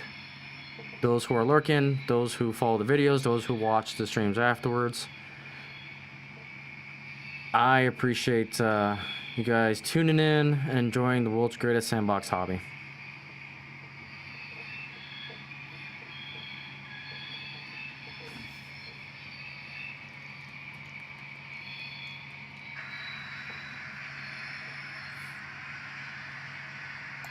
Yeah, I mean it's great. It's huge. Like it puts this one this one's small compared to the one in the building over there.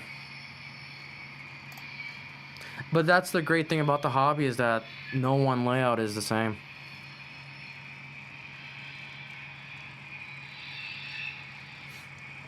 And that's why I like modular layouts, because I can interchange it whenever I want.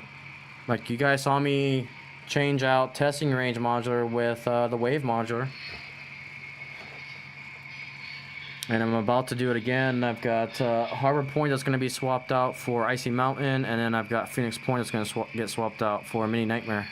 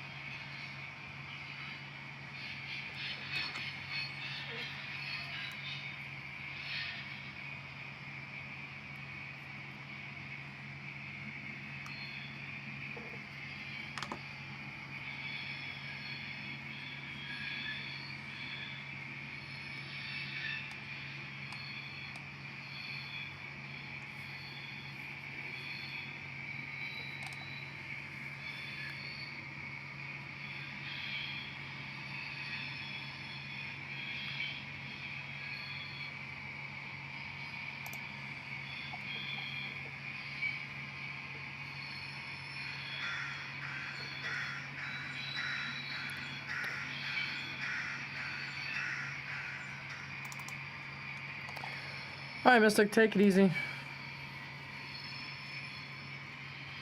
Thanks for dropping by. Thank you, Papa John. Yeah, Alice has been coming out with some banger boxcars.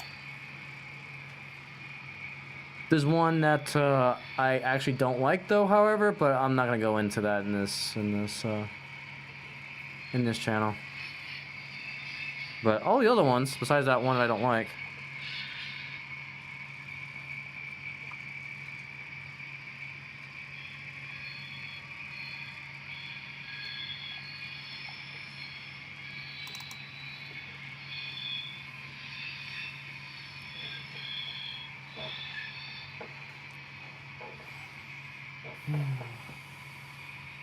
So yeah, we got the train camera view. We got a lot of mini rail fanning views.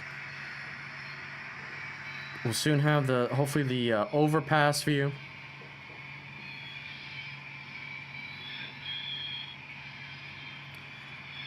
Yeah, we're getting there.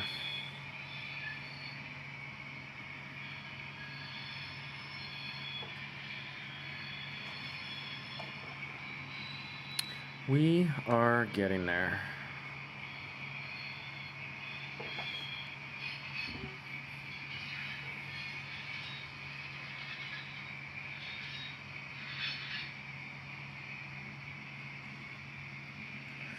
I want to bring up this view actually. There we go. This view is pretty cool.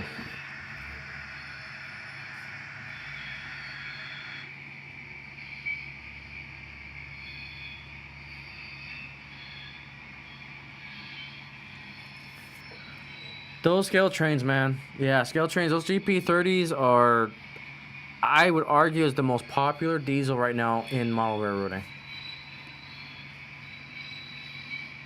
At least currently. They are popular. To the point that you've got two manufacturers going head to head. Yep. Yeah, I saw that.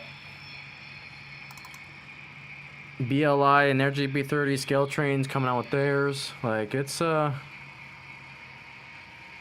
interesting.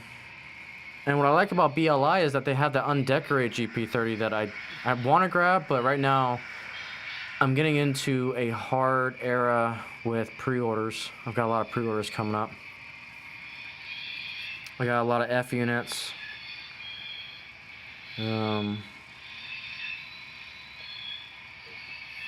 Hey Eric, how's it going? You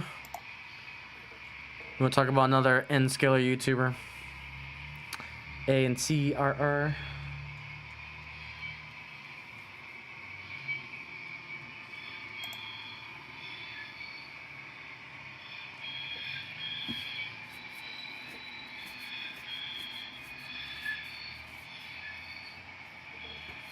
Oh, now we got the cute view here. Hang on. He's all upside down and dreaming and twitching and all that. Oh, that cuteness. Yeah, all the cuteness. We got the cute cam.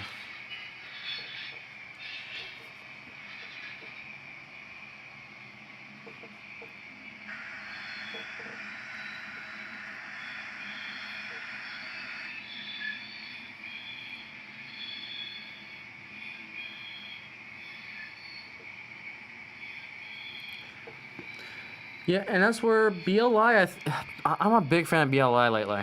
Like, their latest runs have just been spot on.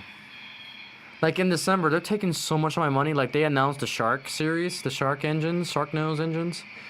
And they had them in MP, which I'm collecting a lot of MP stuff. They got the decorative Shark Nose schemes. They're doing a lot of things right.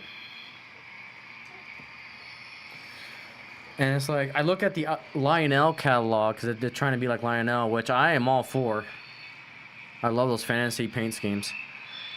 You know, the latest catalog came out, and as I commented in there, like, they have the Orient Express in O scale. It's like, man, this is what I need in HO scale.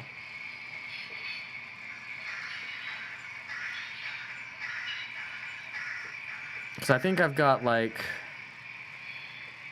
Oh, how many cars do I have? I think I've got 6 Orient Express coaches that I've been running lately. I've got them in a box, but...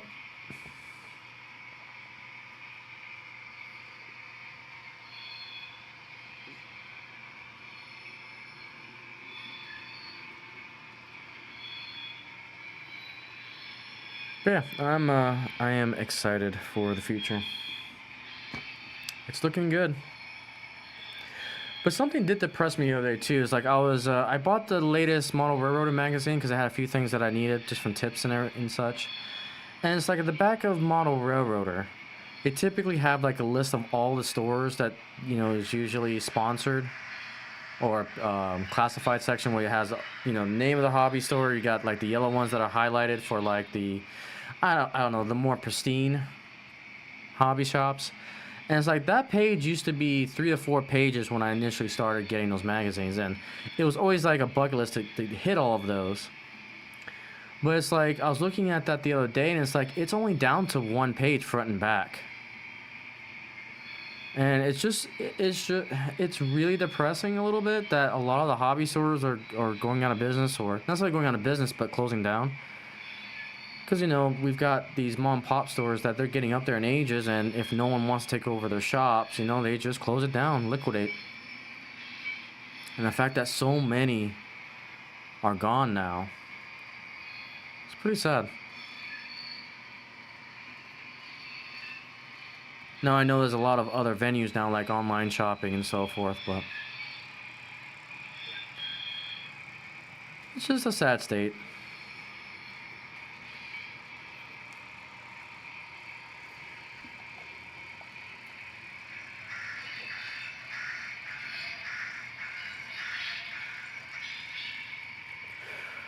All right, as we continue to wind things down a little bit.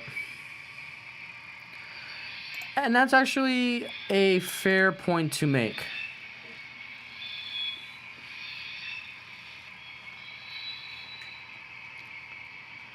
Now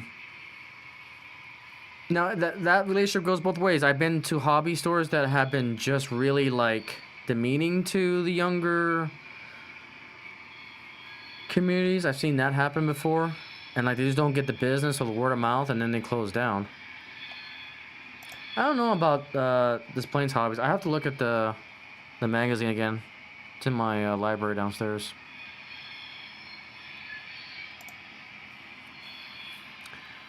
And then sometimes, you've got like, and I am guilty of this too. I've been going to Train World a lot lately because a lot of their sales just can't be beat.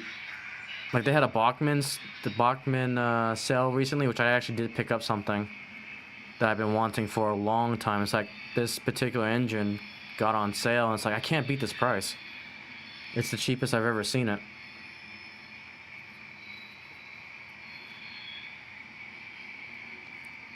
Matter of fact, when is that? Actually, I'll look at it later, but I should be getting here soon.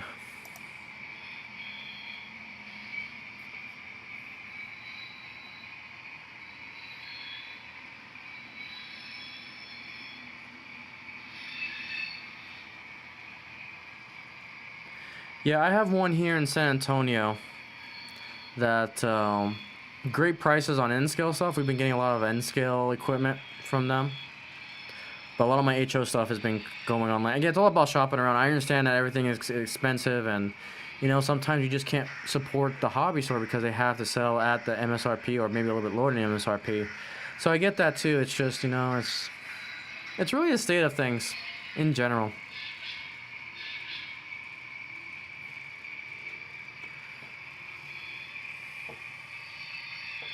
But it is what it is. So.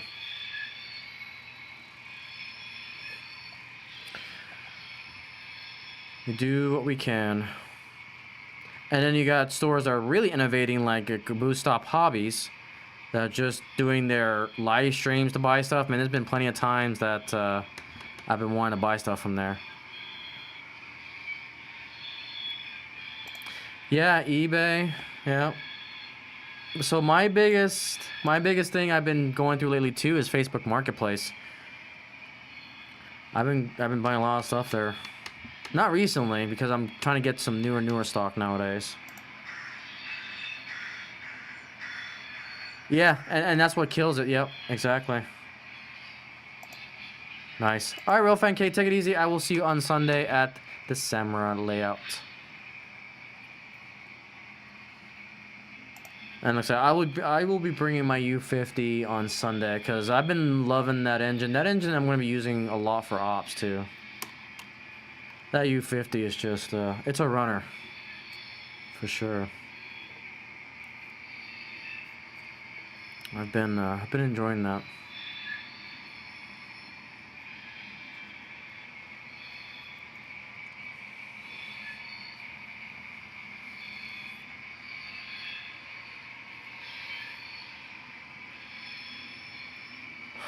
Okay, so I think what we're gonna do is let's go ahead and get this guy lined up, and we're gonna attempt to park it.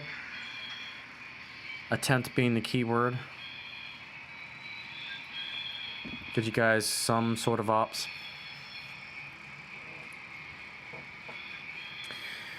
But yeah, I'm gonna be working a lot on the 3D printing world because I want to 3D print my own flat car, get some good reliable trucks, and then just go ham. Just go ham.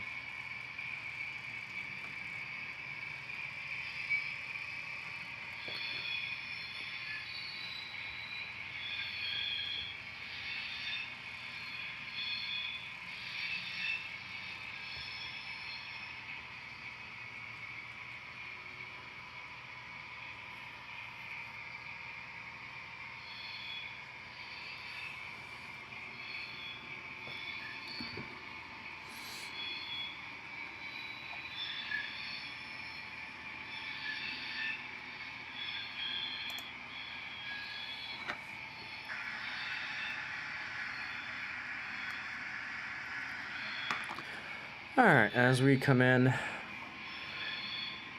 go ahead and as we come into our approach track, which is also the main track, we'll just pretend that we got an approach track.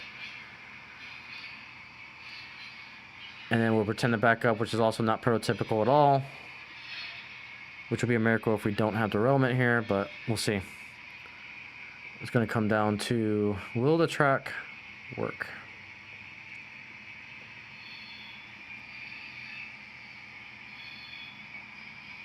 And yeah, my track is using Digitrax, so I'm able to control it. Underneath this module, I have a DS74, which allows me to control these switches remotely. Yeah, Icey. I have. Yeah, we'll talk about that here for just a second. So yeah, my main goal, there was a lot of things that I kind of did over the last 2 weeks. I basically wanted the layout to be more presentable. And so what I've done is I had a whole workbench to my left, and I was planning to live stream fixing cars and so forth, but I decided to scrap that idea and I put it all into a different office. Because eventually everything underneath the layout will get moved aside. I put skirts down and everything. And the big reason I put that away was we now have a drone. Again, at the very beginning of the stream, I kind of showcased it and demoed it. That has a camera on it, so we can live stream from the drone. And so I didn't want to run into those towers when I was flying around. And we had good success with it. So a little air sickness. But yeah, that was the big reason. And the second main reason was that I didn't want to continue going underneath my bridge to just do basic work.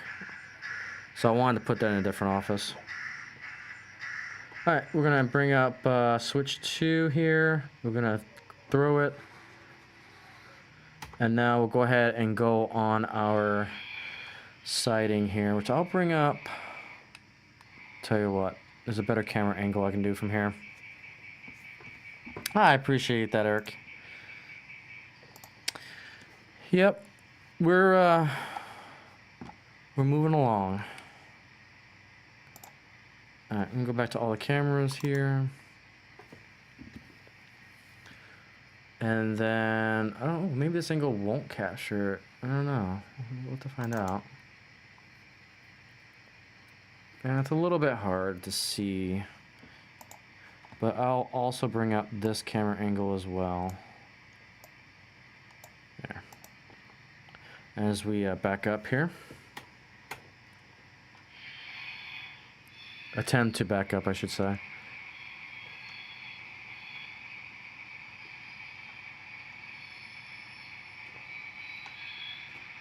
Yep, and I'm already derailed. So that didn't last long. Oh, you know why? Because I switched the wrong turnout. Yeah. Okay, we're gonna try it again because that's actually my own stupidity. I did the one closer. So that poor caboose got derailed. Okay, we're gonna close that 2. Short out everything. I need to switch to 1. And then throw that one. And then fix this caboose, and then we'll try this again.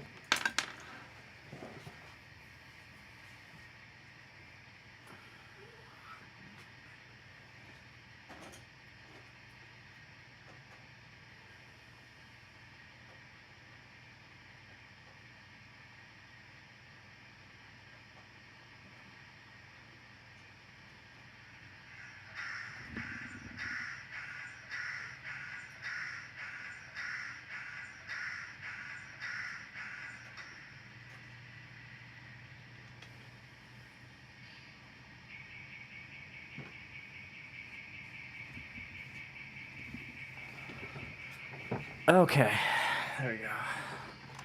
Yeah, and that's the thing, I'm still learning the layout.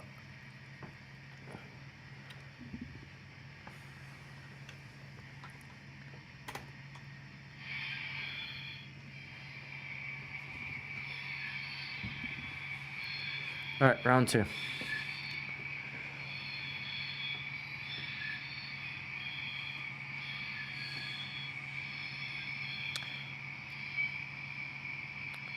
And another cool thing about this angle is that you can see the light down there at the bottom is to red. No, cat, I don't want you over here.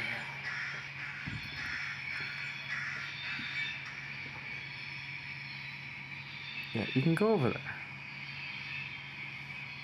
Oh, slowly and surely.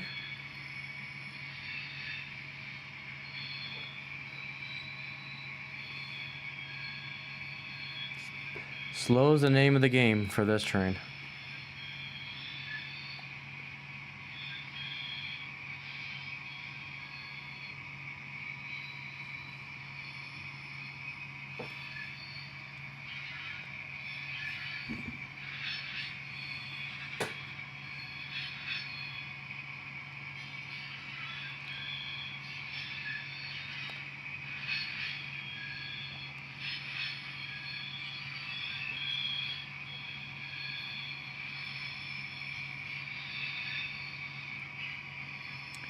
All right, looking good, looking good. All right, we're officially on the siding now. And slowly getting out of the view.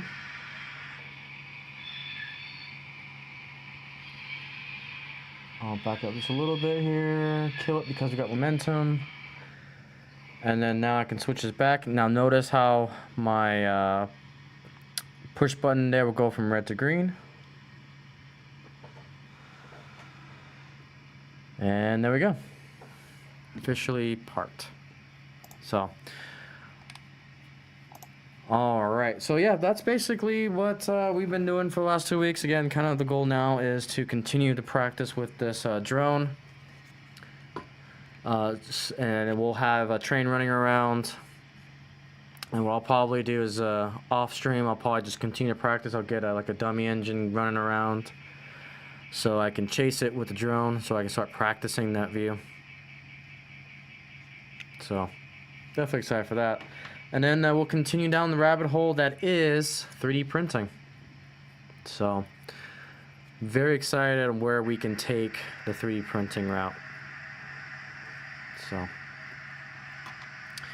all right, so with that, guys, I'm gonna go ahead and call it a night. Again, thank you so much for everyone who has subscribed and watching the videos, liking, commenting, subscribing, all that fun stuff. The family is almost at 1,500 strong, which is awesome, growing at a crazy rate. You guys are just awesome when it comes to that stuff. So definitely appreciate it. And again, we'll see you guys at 1,500 subscribers. So we'll see if we can hit it this week. But with that, wing hugs to you guys. Stay safe, and we'll see you next stream.